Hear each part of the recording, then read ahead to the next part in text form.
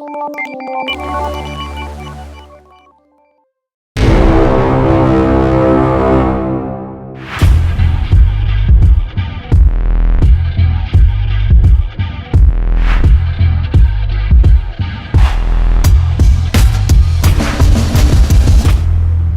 you guys, welcome back to the channel. I'm super excited today. We have the unique opportunity to talk with Al Oppenheiser. Al is chief engineer for the Hummer EV.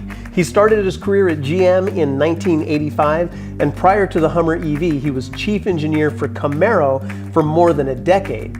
It was under his leadership that the Camaro resurged to take the 2016 Motor Trend Car of the Year award. Not to mention the ZL1 and its sub 12-second quarter mile. When GM came to him with the opportunity to lead the creation of the Hummer EV, he took the challenge and dove into the world of electric vehicles. Corey and I had the great opportunity to see the Hummer in person last year at GM, and we spoke with Al and his team. We're excited to get this behind the scenes update. If you guys haven't been here before, my name is Michael. I founded Overland Bound a few years ago. We believe that adventure is absolutely necessary. Today we're talking about the future of adventure travel. So let's catch up with Al right now. He's at the Milford Proving Ground, taking some time out of their testing schedule to answer some questions from the community. Al, it's a pleasure to have this opportunity to interview you, because I'm a car enthusiast. My first car was a Chevy, restored a 68 Chevy Camaro myself. Today we're talking about the Hummer EV. Well, you just went up a little bit of value in my world here, Mike, with that comment. I didn't realize that. That's awesome. We can talk about that another time, but today we're excited because we're here at our Milford Proving Grounds in Michigan, and I'm sitting in a test vehicle, a test Hummer EV. The last time we were together, we were at the Design Dome with you and Corey looking at the show truck. You were some of the first people that are non-GM to see the Hummer. And even though you got into that one, this is real. This is the real truck. This is out doing testing, and we've got a lot of things to talk about with you today. We're moving so fast. Basically, our team did the vehicle the way it is. So to present it to people like you and Corey and have your opinion be, as you mentioned, very positive, we didn't really know. I mean, maybe we were going down the wrong path, but based off of the excitement and the great conversation we had with both of you after the Dome event, it kind of felt like we were on the right path. We really want this to be no excuses, not a poser. It's a real off-road vehicle. And of course, the styling is over the top. It sounds like there's real tenacity in that team, and it showed in Detroit with the vehicle that we saw. Today I'm hoping we can dive into a little bit more detail and talk about some of the things that you guys have done to make this a true off-road capable vehicle. People have concerns that immediately come up when you talk about an electric vehicle off-road. Range, reliability, things of that nature. To cue things up, is there anything for those preconceived notions that you might want to speak to about your awareness of those things and what it might mean for the Hummer EV? Absolutely. So I'll tailor the first response right to your audience, because I know they want to understand, what does it mean if I go off-roading, rock crawling, overlanding experiences, trail riding? So I'll give you a scenario here. So with an EV, there's a lot of range anxiety. With an EV that's the size of the Hummer, of course, that would be magnified. And then I'm going off-road, there's no charging stations in the middle of Moab, and a lot of people have no idea what an electric vehicle is, and can I plug my phone in, will it drain my range? So let's say that you want to go camping at a spot that's 100 miles from home, and you want to stay for 10 days, right? So you load the family up, you load your gear up, you get a full charge on your Hummer from home, you're ready to go, you drive your 100 miles, you go to your trailhead, you go find your camping location. You can use your coffee maker every morning for your morning coffee, the whole trip. You can leave your cooler plugged in the whole time. You can plug your electric griddle in and cook 3 squares a day. You can leave your lights on, you can watch your TV, you can crank your music, and then you got enough range to get back home, that 100-mile trip back home, and you haven't done anything other than leave with a full charge when you leave your home. If you wanted to go more extreme, we have Google Automotive Services navigation system, on the Hummer EV. Using our Energy Assist app, you can plot out your trip. So let's say it's twice as far or 3 times as far from home to get there, and you want to stay longer and you want to go further on daily excursions, and then you want to end up back home. If you plug that in through our Energy Assist app, it will tell you, hey, I got you covered. You're going to have to stop at a certain location where there's a DC fast charger, and we can top you off before you go hit the trailhead. Then you can do your excursion, come back home, and we may tell you to stop on your way home and charge a little bit to get there. Our Energy Assist app will guide you on your whole tour and tell you if on that tour you need the DC fast charge. It will actually work and see if you want to set up an appointment, reserve a spot for you. So we've got you covered on all fronts if you want to take your Hummer EV off-roading. Much of that I hadn't heard before. I think you are speaking directly to a big percentage of our audience. You brought up a key point about electric draw. When you're talking about charging your iPhone or running a blender versus powering the Hummer EV, we're talking about 2 different worlds, right? So you're not going to drain your primary motor battery by plugging in your iPhone. Exactly.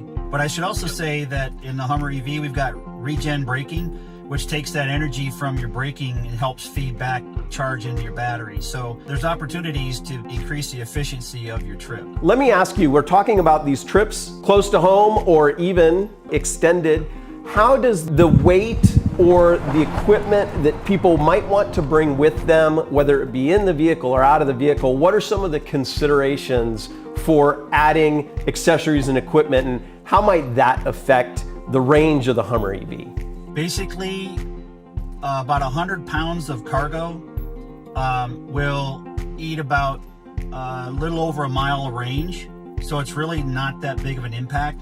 So if you load up your cargo under the tonneau cover in the bed, or in the hoodie, which is the front storage system, or inside the vehicle, there's kind of a guide for you. So you can see it's not really an impact. However, if your accessories include like a light bar or some of the roof accessories we'll offer, well, you're now affecting your cross-sectional area and your drag or your aero. And that does have a little bit more of an impact. The vehicle is more aero sensitive than it is mass sensitive. Along the same lines, how does terrain affect the Hummer EV? Terrain like sand, deep sand, that's obviously going to put more load on the driveline system versus rock crawling. It kind of depends on the scenario, what's the ambient temperature, what type of driving style you have, what mode you're in. But I still think we're talking a normal expectation of range usage, not a more of a drain than it would be, if you're using gas as well. I hope that answers the question. Yeah, I think it really did, and you offered that, at least preliminarily, that you're seeing what might be expected, which is you're going to get more draw if you've got your foot into it in sand as opposed to crawling over rocks. So you just mentioned you've got 100 trucks out there in the wild going through various scenarios. How are you guys testing the off-road durability of the Hummer EV? We're testing any way you can. We've got vehicles that are testing in some of our lab environments. We call it an 18-channel rig. What it does is it takes data from the road systems, and it basically will set it up on this multi-post simulator, and it will run the structural durability for up to 1 million miles, runs 24 hours a day. So we've got trucks doing that. That takes us way out into the 100, 200, 500,000 mile range to see what happens to the structure. We're also running schedules in that durability that match some of the off-road routes as well. Besides that, we've got vehicles up north doing winter testing right now. We've got vehicles out west on Sorrel Trail. We're going to Moab soon. We've got a lot of vehicles running around town that are starting to get photographed on social media that are running regular roads, highways, rural routes. And of course, we've got a lot of vehicles running here at our Milford Proving Grounds in Michigan. So it's just basically run them as long, as fast as you can. We've got 24-hour schedules. They never sit. When one team finishes, they will give it a charge and hand it over to the next person. Given the accelerated schedule we have, we don't have time to sit. So it's amazing how much testing is going on as we speak. you'll start to see them everywhere, and it's kind of neat that people are identifying them, taking pictures. I guess they're exciting a lot of people out on the public roads. Yeah, I can tell you, you're exciting a lot of folks in our community as well. It'll be great to start to see them. So my understanding is the first version of the Hummer EV it has a 3-motor configuration. Can you tell us a bit about that? Exactly. So the first one we're calling Edition 1. The way we code our electric vehicles is a coding system that gives you the motor number and then how many modules the battery is. So for instance, the vehicle I'm sitting in right now, which is our Year 1 Edition 1, it's called a 3M24. So it's a 3-motor, 24-module pack battery. So this vehicle has 3 basically identical motors. The 2 in the rear are opposing each other, and then there's a third one in the front. They help generate 1,000 horsepower, and then of course that monster number of the 11,500 pound-feet of torque. A couple things about the motor is that the 2 rear motors that are opposed, all the motors are inboard, they're not at the wheel, but the rear motors have no mechanical link to each other, so they're true independent. They control each motor, allows us to do torque vectoring so that we can do things like yaw control one side versus the other.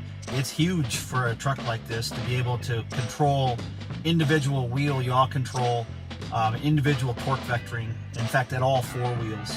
You know, in that whole scheme of why would somebody consider an electric vehicle, we can multiply the motors and increase the horsepower and the torque capabilities. In a real world scenario, I rely on my lockers all the time, and I know it's not a one-to-one comparison between my drivetrain and the Hummer EV drivetrain. Maybe you can talk to it from that perspective. If I'm looking for locker type capability, what does that mean with the Hummer EV? Good question. So the front motor has a true locker. The rear is an E-locker. It's an electronic locking diff. We call it an E 4-wheel drive. Because there are no mechanical links side to side on the rear motor, there's also no mechanical links from the front to the rear. That allows us to split out the gear ratios front to rear. So we have a different gear ratio in the front drive unit versus the rear drive unit. So the front has a 13.3 to 1 and the rear is a 10.5 to 1 ratio. That allows us to control the power that we need front and rear. When you can do that, we can use the power that the 3 motors provides to give us the performance numbers that we have. In fact, we had to back the torque off the front drive units to keep the tires on the ground. Otherwise it becomes a big drag car. The capabilities of using 3 electric motors that we can torque vector off of, true standard locker in the front, E-locker in the rear, is a real enabler for us, some of our performance capabilities. You know, I started to visualize how I would be driving a Hummer EV, as I have many times in the past 2 months. And I'm picturing myself on the trail putting some of those traction control features to work. The physical aspect of being on the trail and protecting the Hummer EV. The Edition 1 is our off-road high performance variant. It does come with standard rock sliders. The rock sliders are capable of basically protecting the truck for half of its mass per side. So you've got plenty of security behind you that you're going to be good. The other protection we got a complete set of underbody skid plates. I should also mention that we got a feature, as you know, crab walk mode. Because we've got rear steer, we can have the wheels turn in the same direction, with the rear wheels turning up to 10 degrees. So sometimes when you're navigating a rock trail, it could be really narrow. Rock sliders are definitely the key to make a successful run through your route, but sometimes there are those obstacles that you are a little worried about your right or left rear quarter because you're not going to be able to make the turn. With crab walk mode, you can follow the path with your tires, but the body literally stays pointed forward in the direction you're traveling. The rear steer also will allow the rear wheels to oppose each other, so you've got the turning radius of a small sedan. We've had a lot of people already experiencing some of our test trucks within the company, some of our leaders, and they can't believe the turning radius of this thing, which is also an enabler ultimately that could help protect from vehicle damage on a trail. Absolutely, and it will in some ways dictate what trails you can take the vehicle on, right? Because you have that turning radius and that capability. Another thing, I know when I'm out on the trail in my current vehicle, this is a difference as well. I'm driving around my pumpkin, right? I always have that in mind.